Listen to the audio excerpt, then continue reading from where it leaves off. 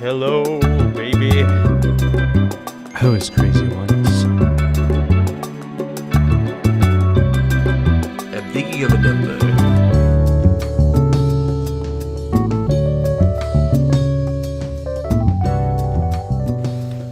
You know, I'm gonna start wearing a boater and start freaking outlaws out by just appearing at different places. I'm gonna start wearing Yeah. a boner and freaking everybody out by appearing in all places. Freaking everybody I out in guess general. everywhere. I guess no matter. Yeah.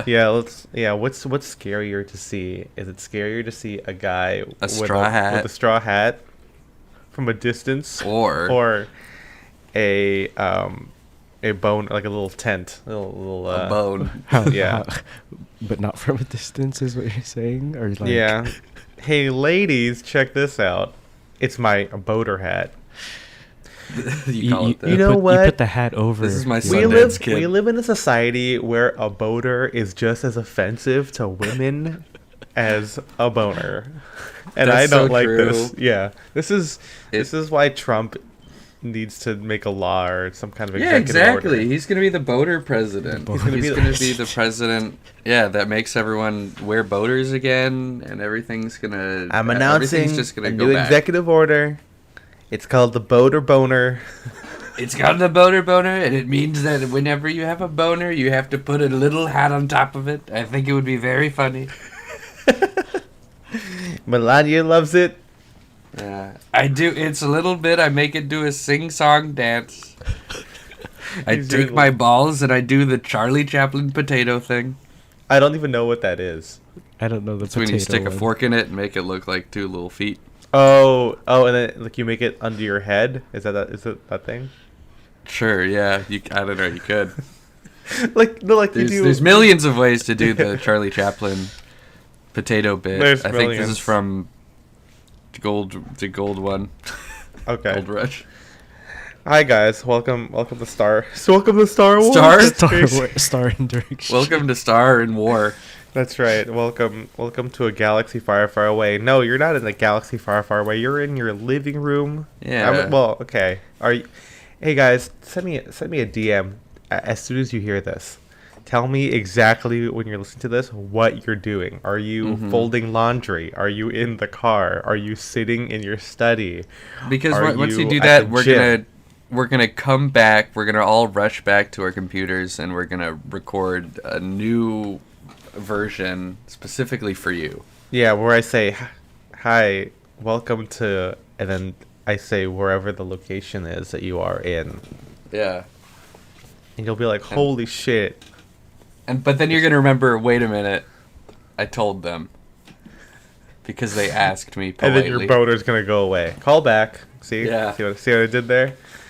That's Oh, right. You were hard the whole time. Yeah, I was fine. Mhm. I was Sem dogging it, a little bit. Yeah. That's right. Yeah, people. This might be the worst opening. I think this might take the cake as the worst opening of all time. Yeah. Although I have heard from a couple people that the ghost blowjob, if your penis disappears, if it goes into the mouth, kind of a thing. Yeah.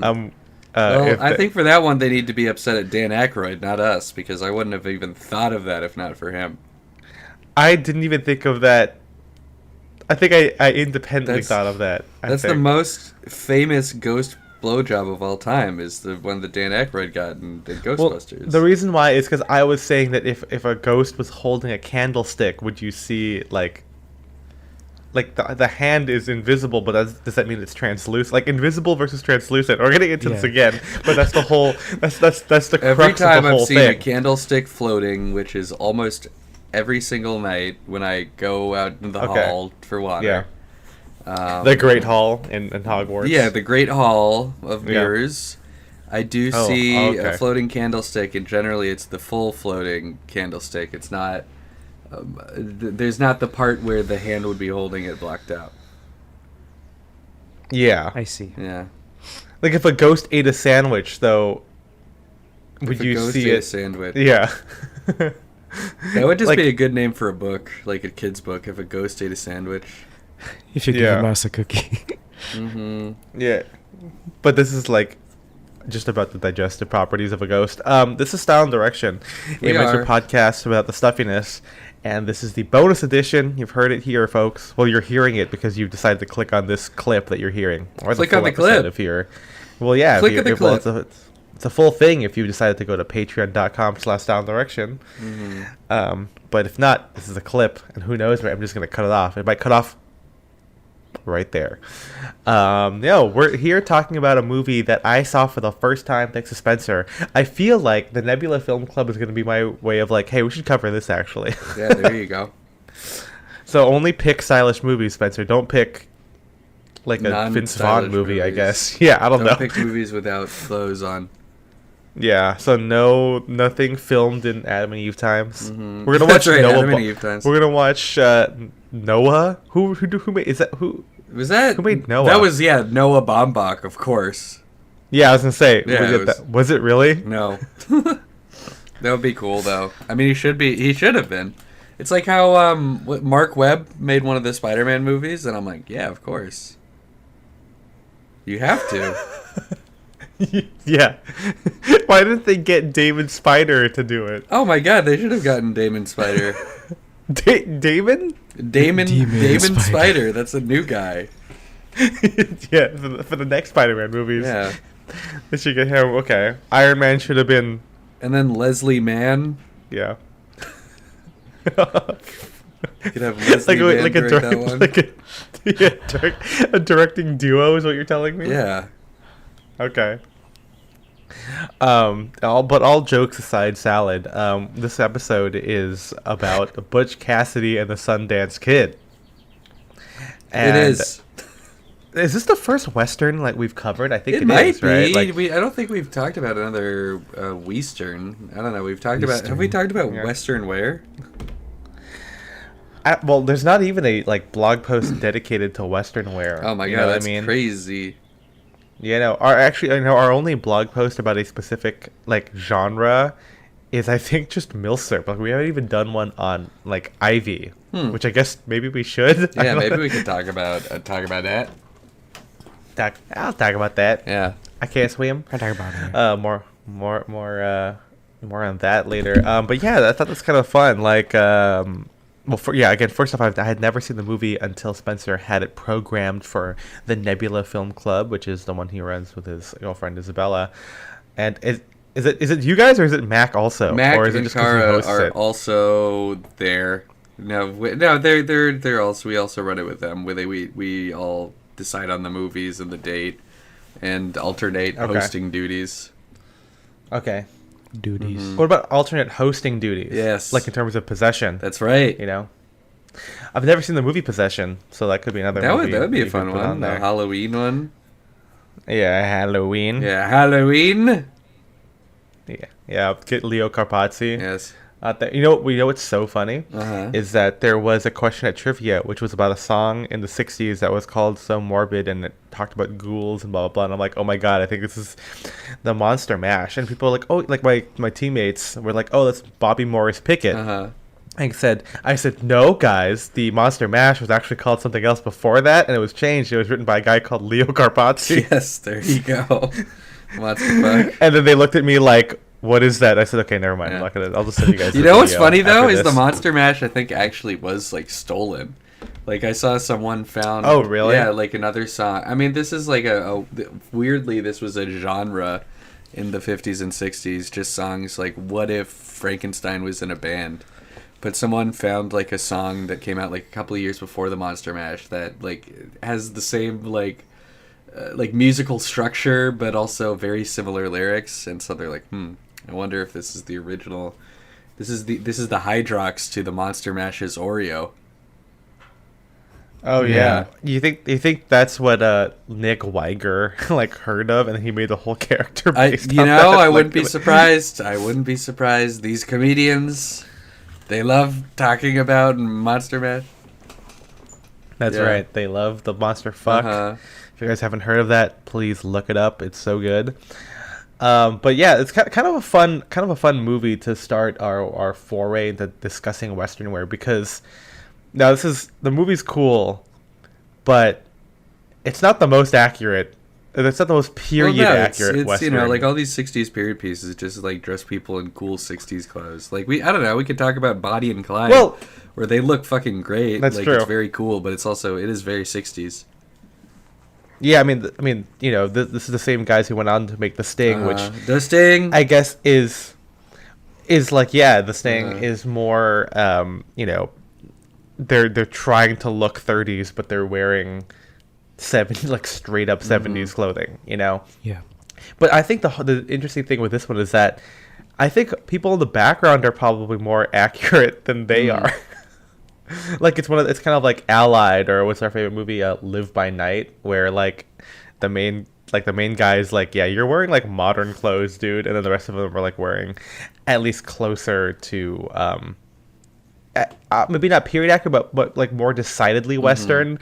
Like Paul Newman and Robert Redford are basically just wearing a button-up shirt and pants. Like that's kind of like their whole look here. It's not even like a half placket shirt, and other people are wearing like half placket shirts, you know, band collars, and it's just them wearing regular clothes, and it's very 60s looking, you know, which is just really funny.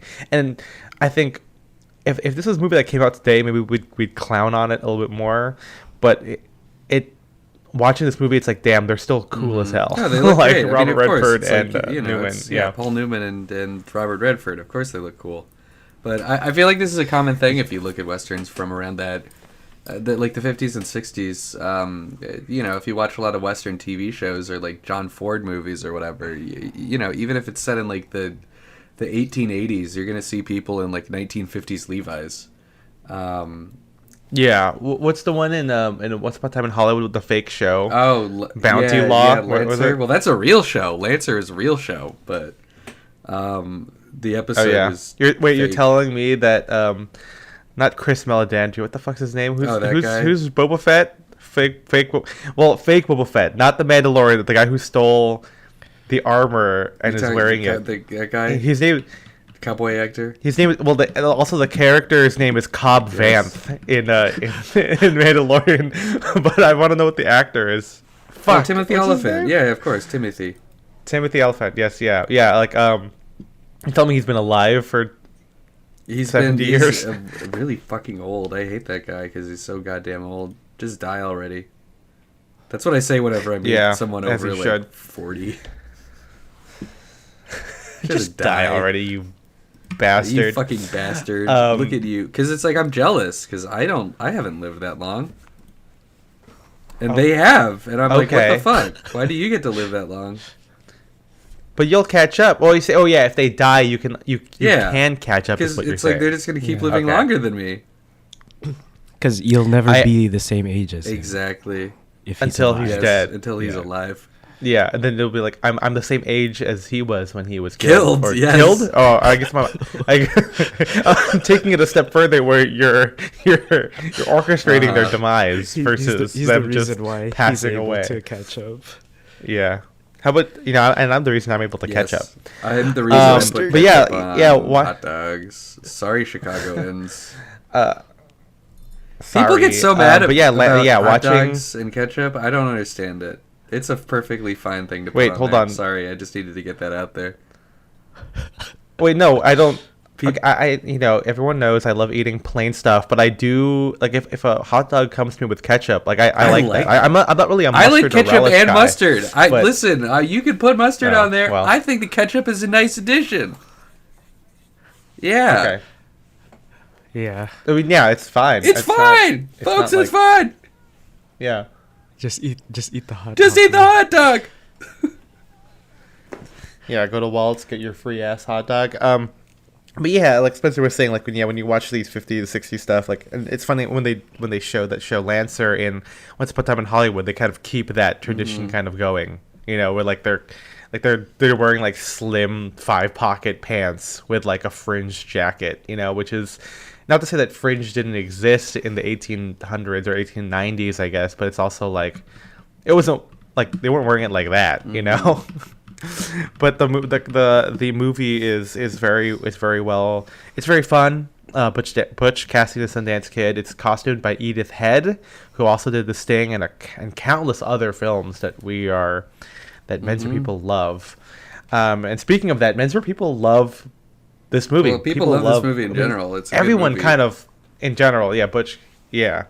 But every time you'll see menswear guys like repost inspo of this movie, and it kind of, when people dress up in Western stuff, I'm sure, I guess for adults, like they're kind of like softly channeling this thing because it's pretty easy, right? Like I said, they're just wearing a button-up shirt and pants. I mean, at least you're not wearing like Levi's. At the very least, you're wearing like twill, like slim cool wool pants or cotton twill pants or something like that.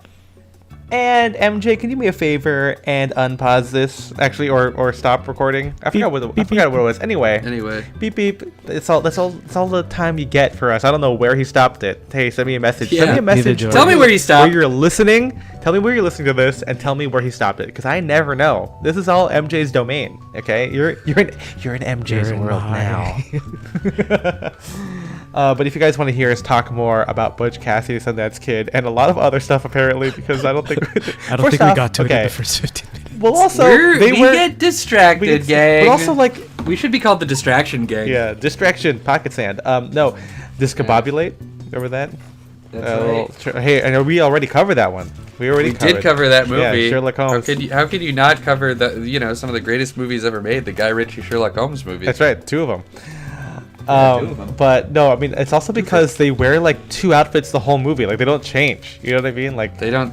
And really, that's the That's why they end up dying in the end. Yeah. Spoiler alert! Is because they don't change. Yeah, they don't keep up with the times. They should have been Officer Longbaugh and Officer. What's the other name? Long Butt. Okay. Yeah. All right. Butch Cassidy, baby, and the Sundance Kid. So Butch Cassidy and the Long Butt. Yeah. Sundance's full name is Harry Alonzo Longbaugh. Damn. That's cool. And what's the other one?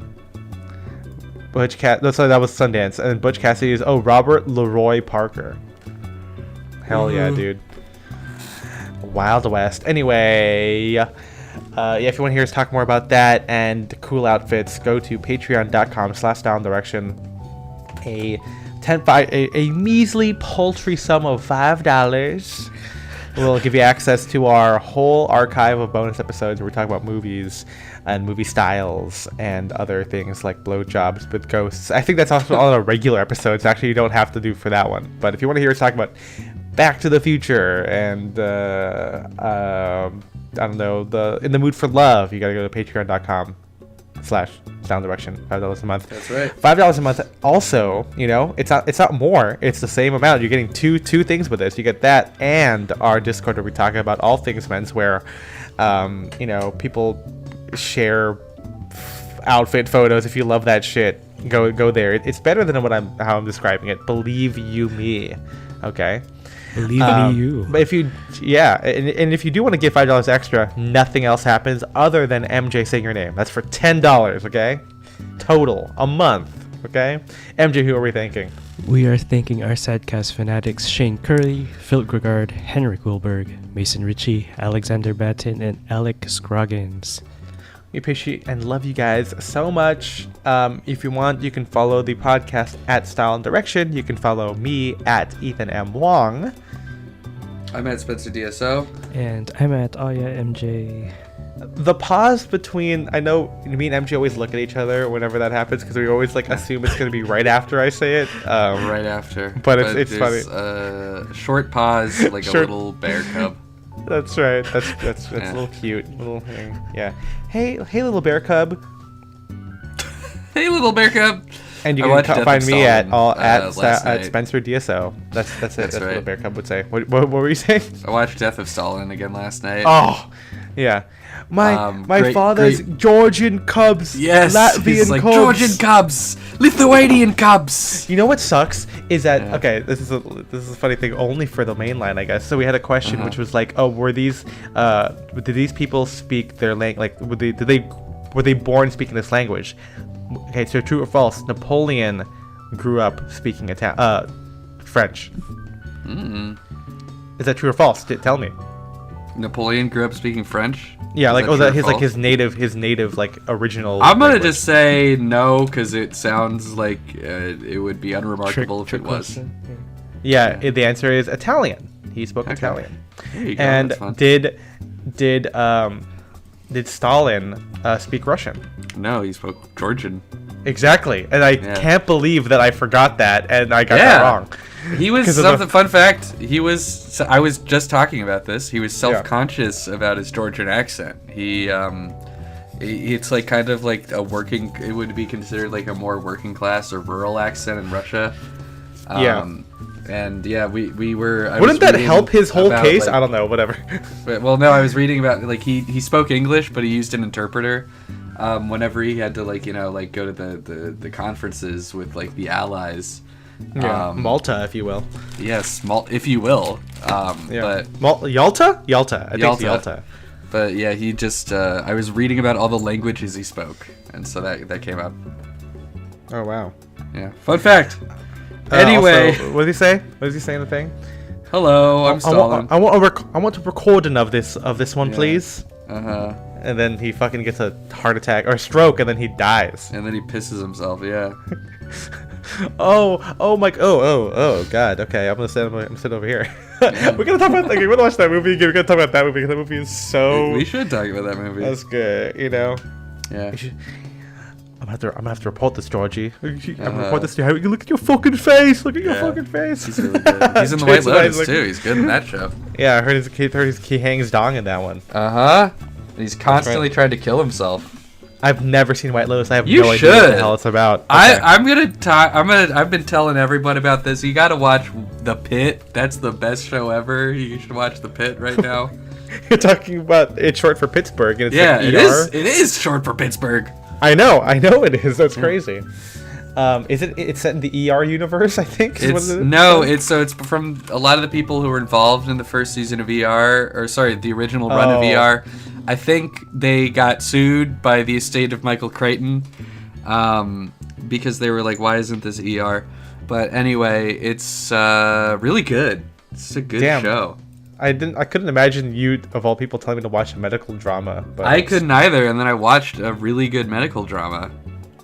Yeah. It's good. There's a neurodivergent character in this. Sure is. Okay. I think every doctor is like neurodivergent, if you ask me. The good doctor. Yeah. The better doctor. Yeah. It should be called the better doctor.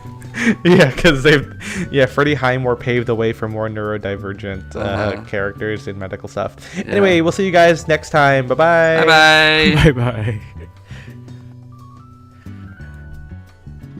We did it.